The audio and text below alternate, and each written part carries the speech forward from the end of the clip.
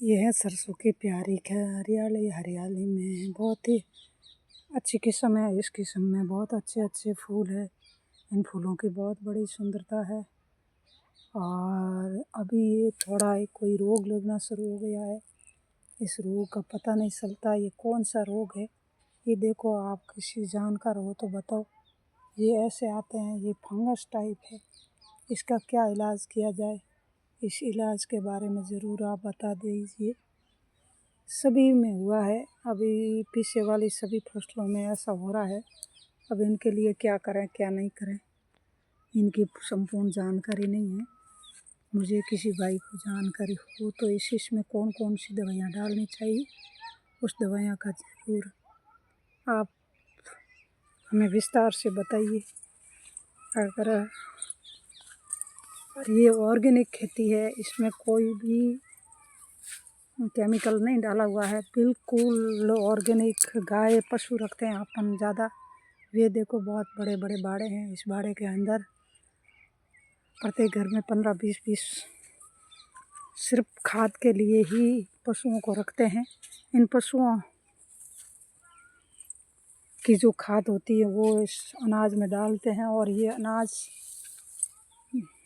Organic, क्योंकि आजकल कई तरह तरह की बीमारियां हुई है। इन बीमारियों की वजह से केमिकल डालने से कैंसर जैसे घातक रोग हो जाते हैं, जो अपने जीवन में बहुत ही बुरे होते हैं। तो हम ऑर्गेनिक करते हैं। ये है ऑर्गेनिक सरसों। ये सरसों की बिल्कुल बिना खाद के डाला की है, लेकिन अभी अभी इनके जो फलियां हैं ना, उन फलियों पे थोड़ा थोड़े ये ऐसे रोग लगने लग गए हैं, जो उसको क्या बोलते हैं पता नहीं है।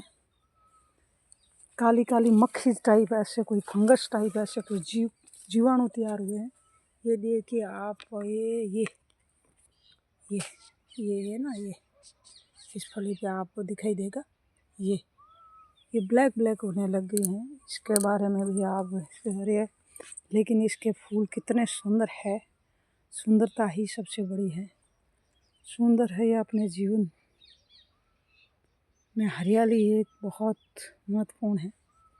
इसको देखने से मन खुश हो जाता है। कितने सुंदर फूल है इन फूलों की, आप सुंदर देखिए। सुंदरता कितने खूबसूरत खिलते हैं। कहते हैं फूलों सा सहरा तेरा, कलियों की मुस्कान हो। हर इंसान फूलों जैसा मुस्कुराना सीखो तो फूलों से सीखो। देखो, ये बहुत ही अच्छा, बहुत ही प्यारा खेत है, बहुत ही हरियाली है। अब ये सरसों पकने के लायक हो गई है। इसमें लगभग 15-20 दिन में ये तैयार हो जाएगी। और किसी भाइयों को शुद्ध एवं इसकी आवश्यकता हो सरसों की, तो आप हमसे संपर्क कीजिए। और गेहूँ को खाने के लिए ऑर्गेनिक गेहूँ की अगर किसी को संपर्क करना है तो आप मेरे चैनल में आकर के कमेंट कर लीजिए, जिससे मैं कमेंट पढ़ लूँगी और आपसे संपर्क कर लेंगे। तो आपका किराया खर्चा सब आपका लगेगा, लेकिन आपको ऑर्गेनिक गेहूँ खाने के लिए मिल जाएगी। बहुत लंबा चौड़ा खेत है। ये लगभग मेरे हिसाब से मार्च में ये पक करके तैयार हो जाएगी, कटाई हो जाएगी इसकी।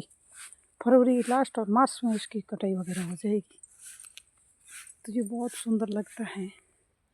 शाम का ये बहुत ही सुंदर दृश्य है। सूर्य ढलता हुआ, पंछी घर जाते हुए, जानवर भी अपने अपने घर जाते हैं। पक्षियों का ये बहुत बड़ा पेड़ है। इस पेड़ में बहुत तरह तरह के पक्षी रहते हैं। इससे भी बड़ा वो पेड़ है घर के आगे, उसमें तो और भी कई तरह के पेड़ रहते हैं, पक्षी रहते हैं। इन पक्षियों में जैसे तोता है, बगुला है, सारस है, कई तरह का इनका घर है। हो सकता है पूर्व जन्म में इनका ये इस खेत का कोई मालिक होंगे, जो इस जन्म में पक्षी के रूप में अपने खेत में ही रह रहे हैं। तो ये कोई किसी का पता नहीं चलता।